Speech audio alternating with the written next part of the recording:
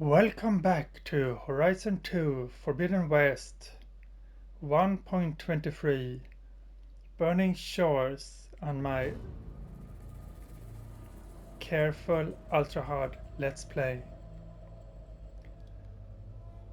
And it has gone a couple of days since I last played. This is 3 days past the launch of Zelda Tears of Kingdom, and that prompted me to talk a bit more about game design and the things I would like to see in Horizon, and compare that to other systemic games like Breath of the Wild. I also wanted to do some other stuff that I might have missed, and that includes something I missed about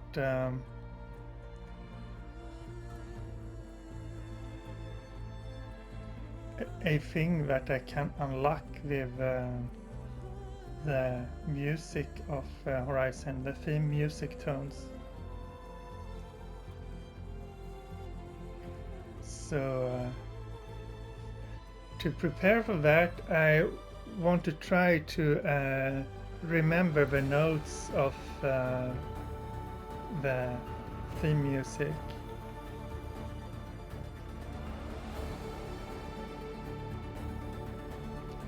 So just have a moment for listening for this now.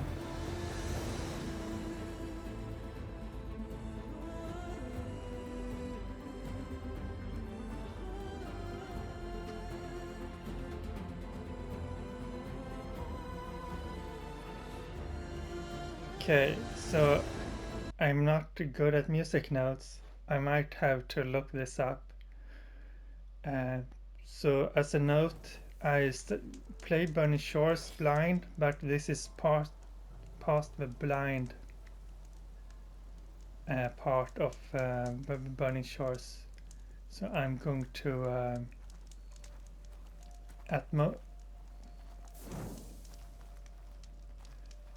I have seen other people play, and that's how I gotten to know some things about things I missed.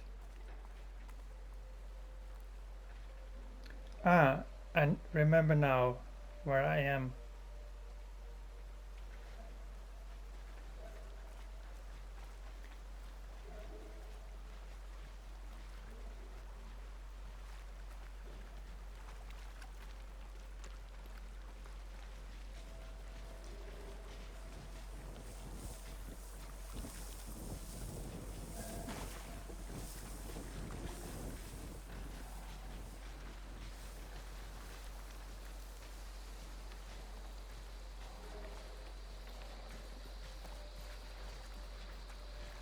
Okay, we're back. I'm still waiting on the patch 1.24 for completing the trophies, and especially the aerial captures. So I'm have a deep interest in the game design of systems in games. Game systems like I've written an article about how I fell in love with a NetHack. That's a roguelike, classical roguelike computer game from the 80s, around late 80s, I think. And it has lots of systems like how different aspects of the world interact with each other and with your objects, and with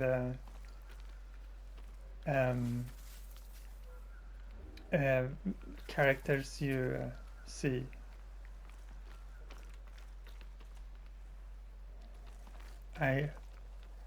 This is a thing what I can open if I got flying mount. Hi, do you want to help me open this thing?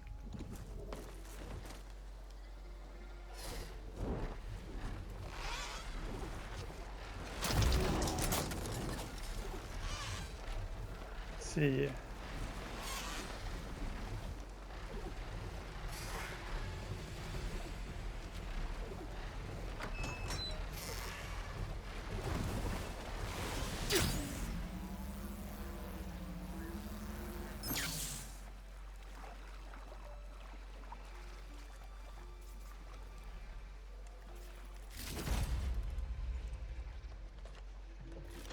Thank you.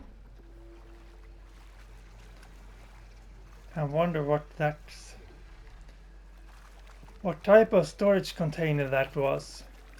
Alright, so about systems in games is you have those systems in games like NetHack that you can use water, fire, acid, gas, and lots of other things, and have they interact with in different ways, and you can change the environment, like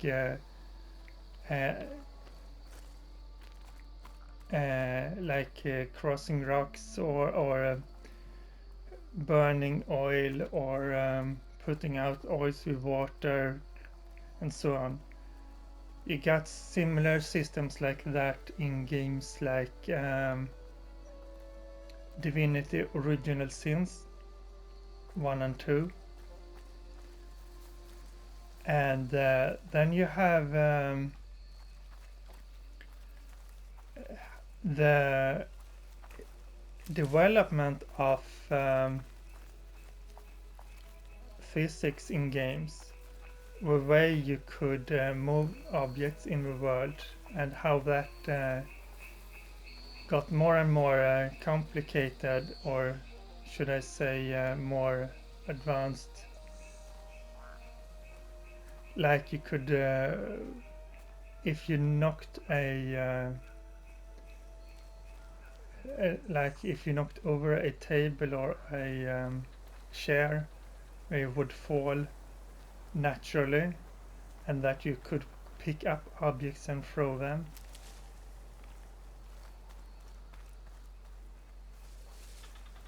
Or you could do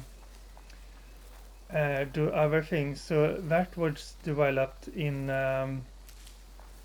for example, when Half-Life 2 came in 2004, I think. It revolutionized the game with how they used physics in the games. They weren't the first to do it.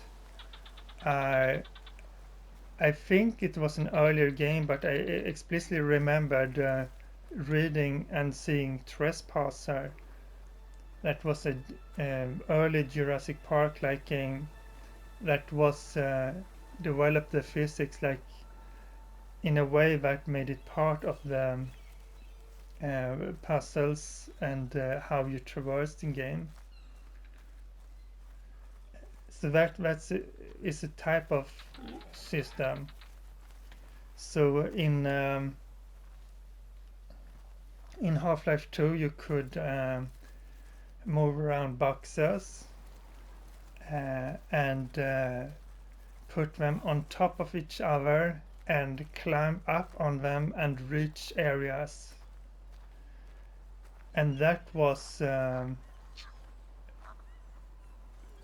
the way that was done in a believable and solid way was extraordinary for when it came. That's part of the thing. Later in that game you got the gravity gun And that's sort of how you in the latest Zelda has the Ultra Hand and can pick up objects and move them about.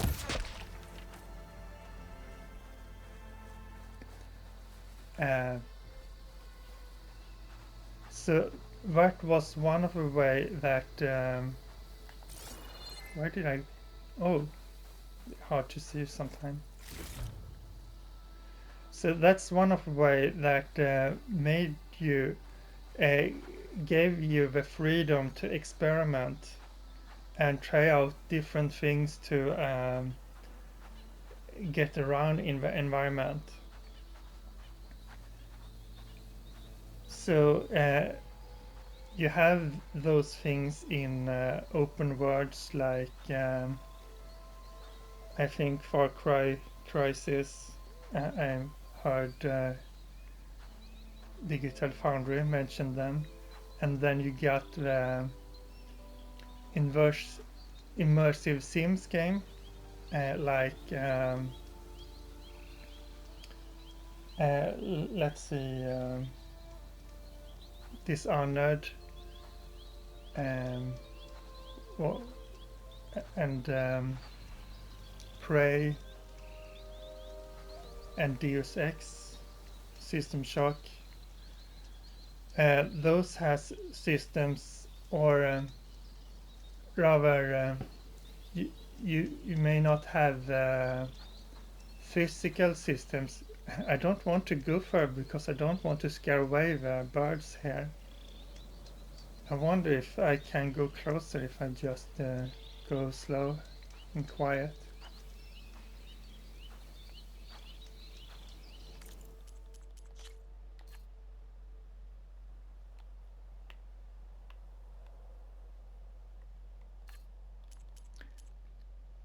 Let's see.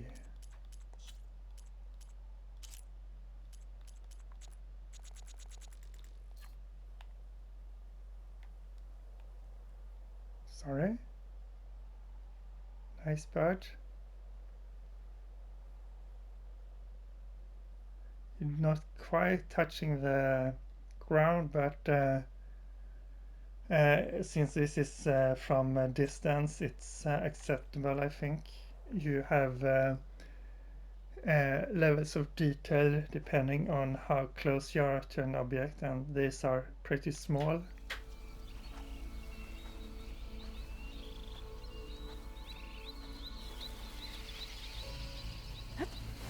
Sorry.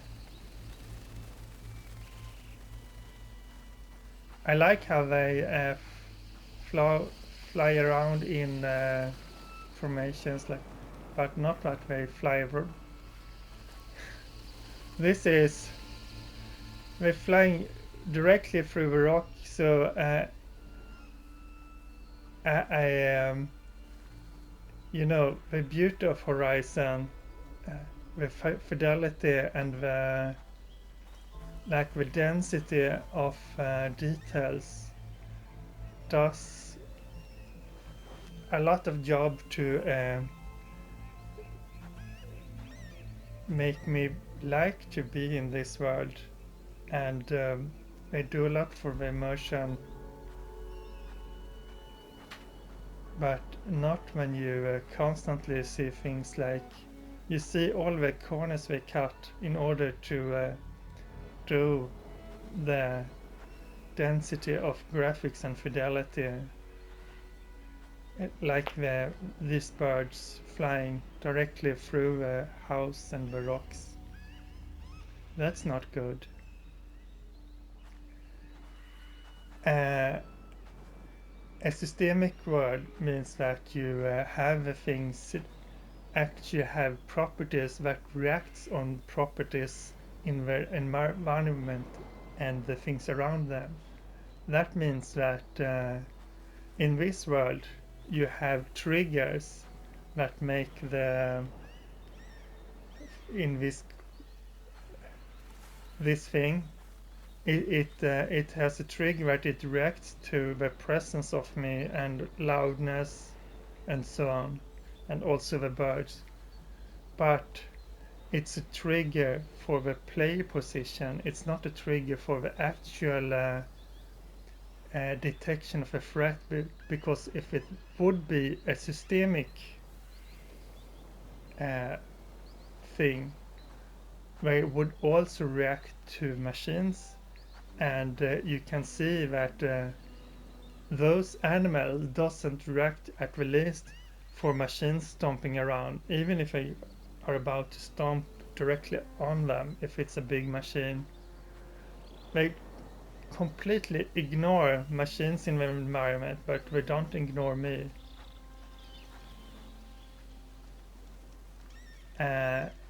So that's a sign that they haven't done that this isn't systemic. It's just a handcrafted series of triggers.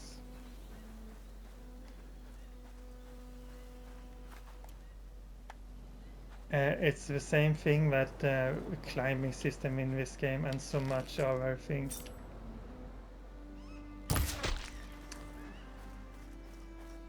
So,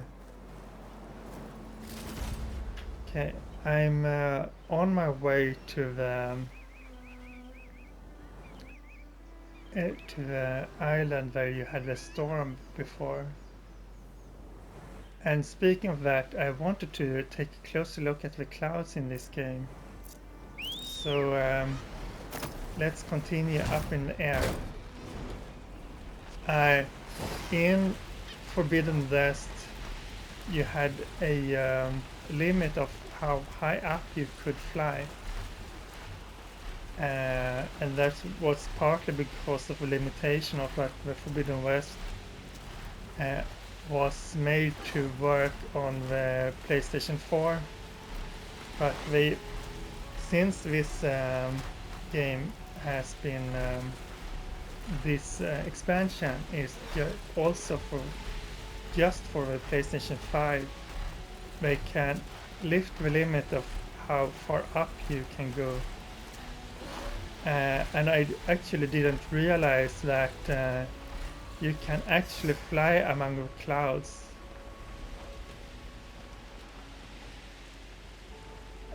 So when they talked about the cloud systems in this game, I thought that it's nice that you can see the clouds, but this wasn't. I didn't know about this.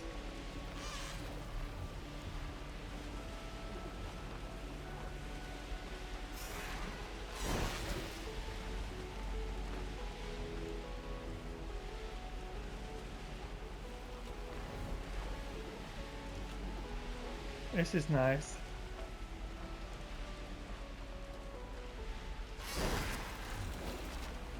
So where is the... Oh, this horse is... it looks a bit like the lighting is a bit off. It's very big. And here is the island with a music clock. Oh, it's a bit shaky up here, but we are really high up now. And here, this part is where I chased the horse. And this music cue is also directly related to the Storm Island.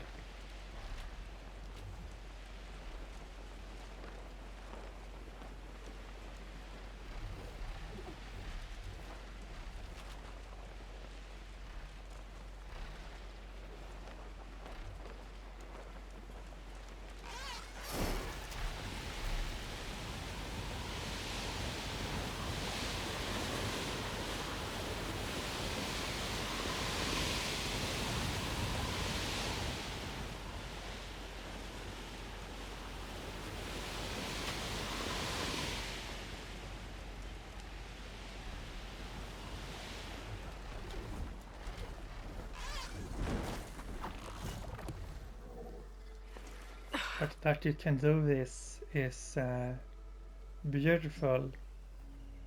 And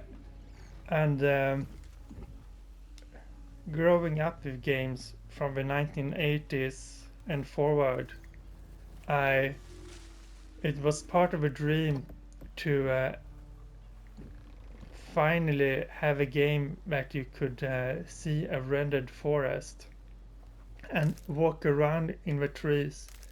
And you could see games that had trees, but there wasn't something that actually looked like a forest. And then you got a game like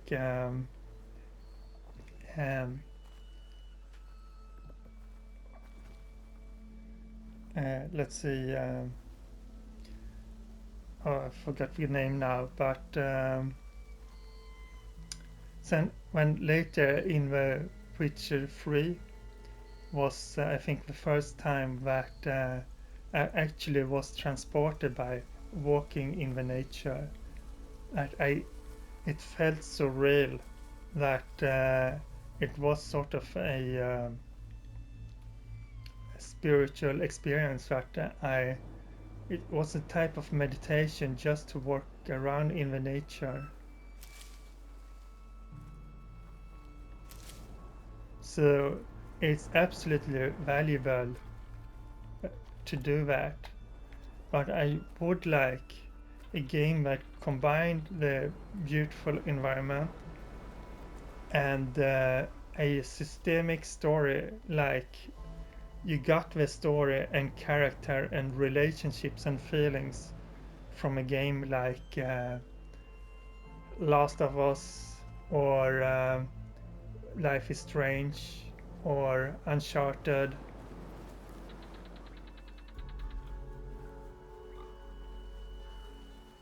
And our games that usually have a lot less, that's usually not AAA.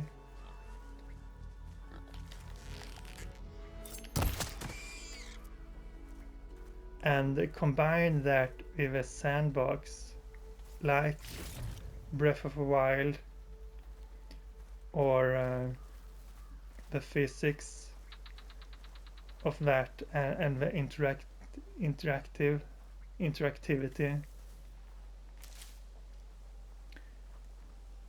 So that's why I've written a lot of systemic story games, of how you could do a story game with characters and relationships where you are actually free to develop your own ways to do it. Like you can interact with the story like a sandbox game, but still have a story structure and the interactability, and people don't think that it's possible, but I do think that it is. But even if you don't go that far, you could still do a lot to embrace the physics gameplay and the chemistry gameplay of games like the immersive sims or like the new Zelda games. Okay, so I'm looking for a way up. I might try to do it here. No.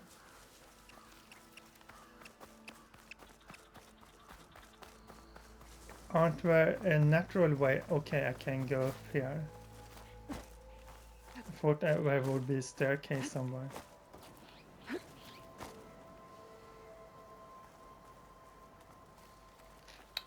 So that's a limitation also of playing with reduced hub, is that I did this part. I found a Delver's trinket here, but there was also something around here that I missed.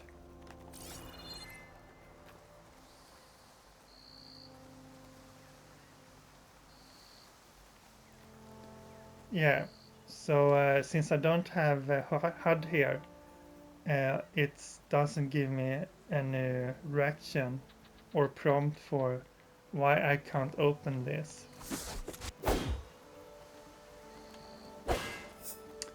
But it does have a like hexagon marks here, so it might be something special about it.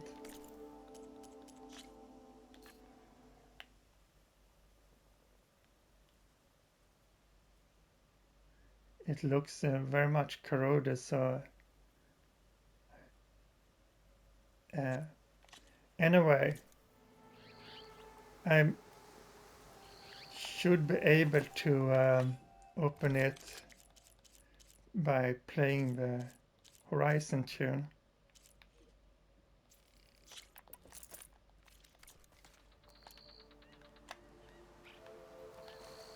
Don't know if I can do it like this.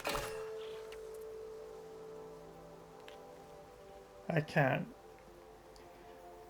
But now it's a question. I'm not good at the sounds, but let's just try for a minute.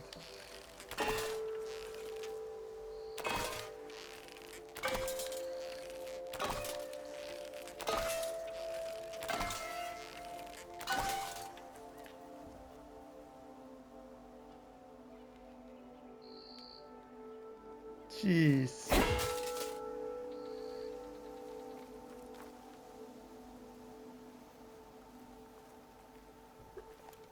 I was always sticking. Alright, I don't think I can do this. I'm going to pause for just a moment and get the sheet for this, and I'm going to come back in just a moment.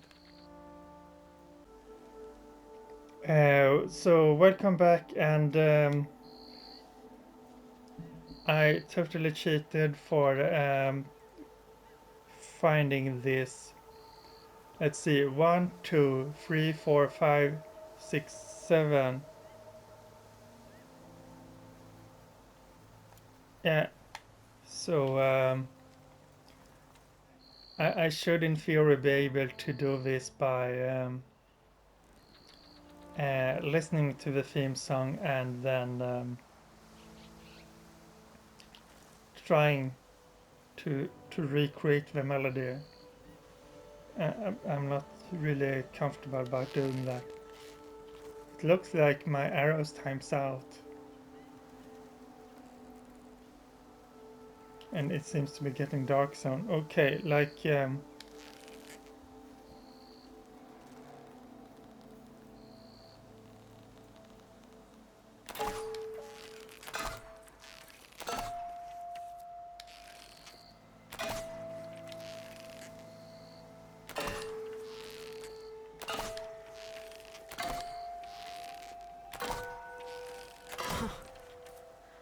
That tune sounds familiar.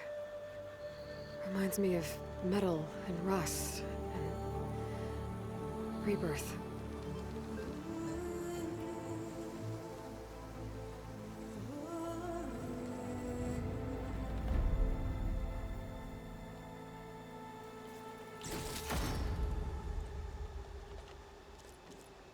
so you got an ancient sculpture and a lot of loot and 3 luminous brainstems. Thank you.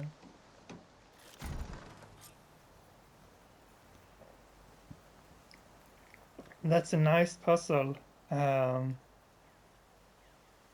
Except I didn't want to take all that time trying to remember and match the tune.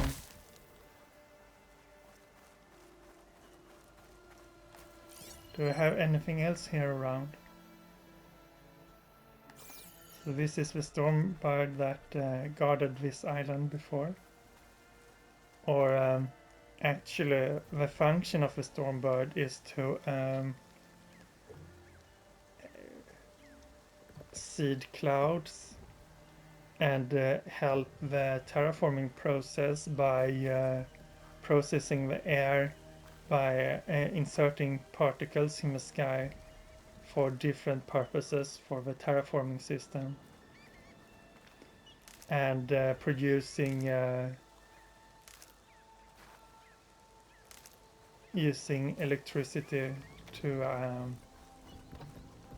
for some purpose. I don't know exactly what, but processing the air in some manner. Right, so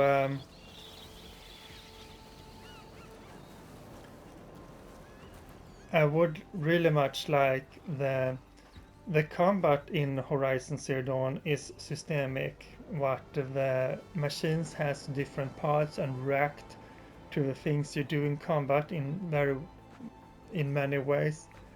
But if you would do it more systemic, like in Immerse Sim or Zelda, you would have it more like reacting more to the environment. That instead for having specific props in the environment, like in some places you have traps in the environment, like tree trunks put up like a trap, or other things that you can make fall down. If it would be systemic, you should be able to do that with everything, like making a tree fall down and crushing machines, or like making things like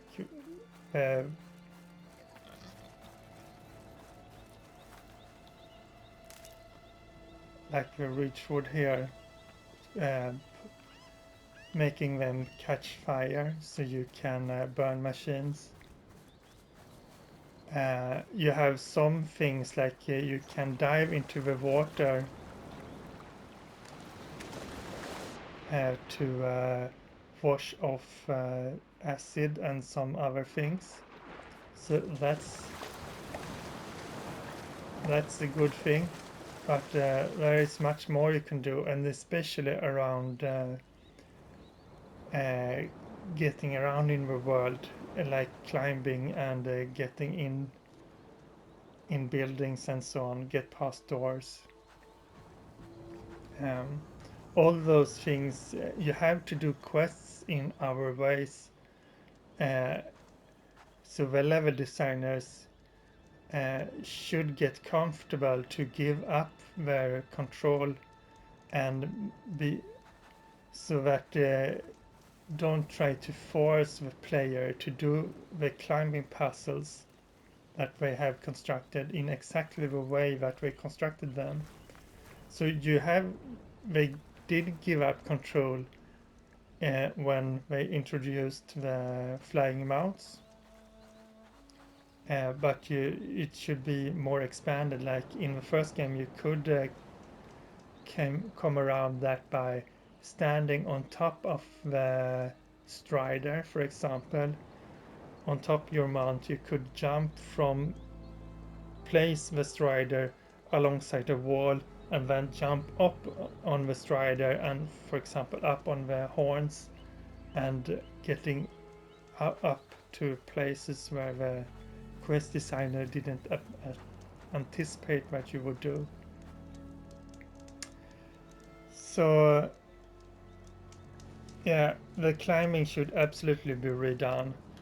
Not like in Zelda you could climb at anything, but that the handholds should be actual geometry. Like in this wall, you should be able to fit your fingers in the cracks in the stone here and be able to climb there. But since it's not actually based on the geometry, that means that you can't see where you can climb. So and in some places the level designer has removed climbing spots if we want to design a climbing puzzle. So they shouldn't remove climbing spots, but we should replace the actual climbing wall and do things that doesn't have cracks in them that you can put in your fingers. So Horizon Zero Dawn is good because it's an open world and you can jump up to places and stand on ledges. And that's the freedom of movement that's actually good about it. So when you did things like vaulting mechanics in Forbidden West, like this thing, let's see, like, yeah.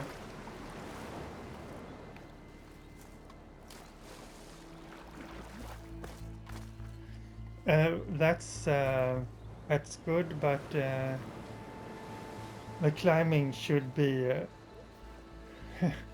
part of it. That's bad about climbing is that you don't know where you can actually climb if you don't light up this. So this is absolutely stupid that this doesn't have climbing holds. I suspect that this is a destructible terrain that this thing could break apart, but it should still have climbing holds that are determined by the actual geometry rather than that it's gone through a pass and assigned on the textures and so on. Yeah. And the other thing is that the climbing shouldn't be worse than actually jumping. If bunny jumping is faster than the climbing mechanics, the users are going to jump like places like this rather than actually not jump and rely on the vaulting mechanic. So this is good, but if this isn't, if you can't be sure that this works all the time, the user would often just jump just in case because there are too many places where you get stuck, and many climbing mechanics are slower than actually jumping. So even if it's realistic in the speed, it should still not be slower than just bunny jumping around. And yeah, it should be reliable so that you know that you can get around fast by relying on the climbing. And it shouldn't be that you automatically grab hold on the wall, because if you're jumping around during combat and then got stuck because you happen to jump towards a climbing hold, that's super bad. I much prefer the systems like Tomb Raider and other places where you actually have to hold down a button in order to hold the wall.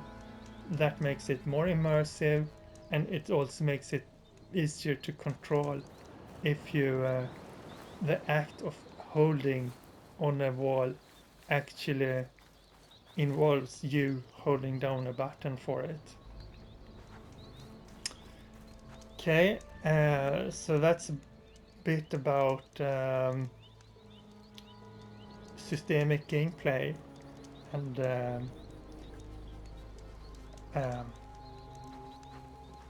some things that I wanted to show here.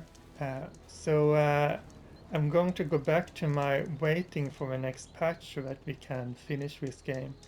And episode 99 is a hard limit. I'm not going to do more than 99 episodes, but